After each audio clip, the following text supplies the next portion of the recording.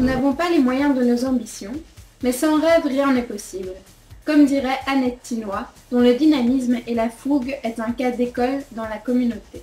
Ces actions sont aussi bien ici qu'ailleurs. Ici, elles fondent le collectif des femmes africaines du Hainaut, qui est un groupement de femmes issues de l'immigration subsaharienne, soucieux de leur intégration et leur participation citoyenne sur la terre d'accueil.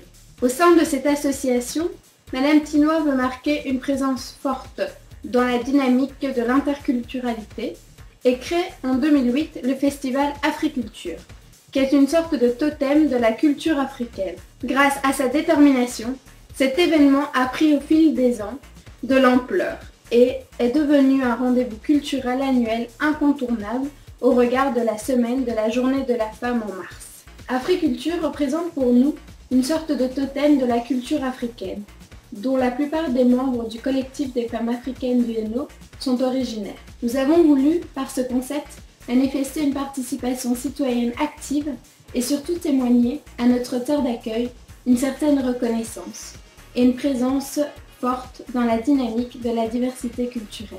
Certes, nous partageons les valeurs fondamentales de notre société, mais nous avons voulu nous exprimer sur cette spécificité culturelle qui fait la différence et qui est un plus. Merci à maman Annette, merci à toutes les charmantes camerounaises, ivoiriennes, africaines. Applaudissez pour l'Afrique. L'accès à la sphère de prise de décision est un réel problème pour la femme en général et la femme migrante en particulier. C'est dans ce cadre qu'elle conçoit en 2010 le projet Mentorat, qui est un projet visant l'émergence des minorités au poste décisionnel.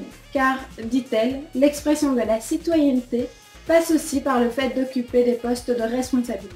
Sur la terre d'accueil, le migrant trouve un contexte social en crise. Crise d'autorité, crise de respect, crise intergénérationnelle, crise interculturelle, crise d'identité. Inlassablement à la quête de solutions pour résoudre les problèmes liés à l'immigration, le dernier bébé de Madame Tinois est le projet Trait d'Union, parents d'ailleurs et enfants d'ici. C'est un projet de rencontre entre parents migrants et enfants issus de l'immigration, visant à renforcer les compétences à la parentalité des parents migrants avec une conscience interculturelle et développer l'estime de soi chez les jeunes issus de l'immigration. Ce projet a reçu le prix d'originalité 2011 de la Belgacom Foundation. Elle initie également la radio Trait d'Union en 2011. L'avenir d'une société reposant sur sa capacité à générer le multiculturalisme, l'objectif de Radio Trait d'Union est justement d'être un vecteur de cohésion sociale et de dynamique associative, citoyenne et culturelle. Enfin, militante infatigable, très engagée dans sa quête de justice sociale, elle initie ce colloque international au Parlement européen et convainc ses consoeurs qui se joignent volontairement à elle dans l'organisation.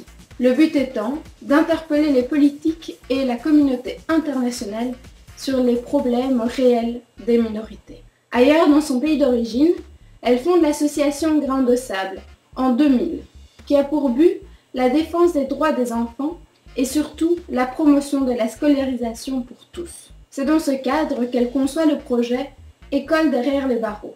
Elle veut favoriser la scolarisation pour tous, lutter contre l'exploitation des enfants, lutter contre l'emprisonnement systématique des mineurs. L'école derrière les barreaux. Même si l'idée de solidarité Grain de Sable a été initiée par une personne, elle est comme tous les grands idéaux portés aujourd'hui par un groupe de personnes qui mettent leur action en commun pour faire avancer la cause humaine, axée sur la promotion du droit à la scolarisation pour tous et l'implication de la femme dans le développement. Le projet L'école derrière les barreaux a été initié comme projet pilote pendant 2 ans dans la prison de Bouddha. Car quand la jeunesse trébuche, c'est la société qui tombe. Nous sommes tous le fruit de notre histoire. Que serons-nous devenus si on était à leur place? Des avocats, des médecins, des journalistes, des hommes ou des femmes viennent de là-bas, dit l'apôtre Condition ce nom. Nous sommes devenus ce que nous sommes parce qu'on était dans un environnement social et surtout familial favorable, c'est-à-dire avec un minimum de 3 repas garantis par jour, un suivi constant et beaucoup d'affection. À la rentrée scolaire, en 2010-2011, Ce projet a été régionalisé en 9 prisons de la région de l'ouest du Cameroun. Bafoussam, Baganté, Bafang, Bazou, Fumban, Fumbot, Tchang, Mantom, Bouddha. Voici quelques étapes de réalisation. L'aménagement d'un espace qui servira de salle de classe dans chaque prison, l'équipement de la salle de classe. Cette année, elle est invitée au palais Wilslow à Genève, au 8e sommet international pour les droits de l'homme 2011. À Kamapa, en Ouganda, au mois de novembre 2011, dans le cadre du séminaire pour l'éducation des enfants en prison. Car beaucoup d'entre nous meurent faute de moyens pour se soigner. Je serais très satisfait que l'année prochaine, moi, je puisse sortir de cette prison avec un probatoire ou un baccalauréat. Et ceci va aussi à l'endroit de tous mes frères détenus qui sont blessés. Merci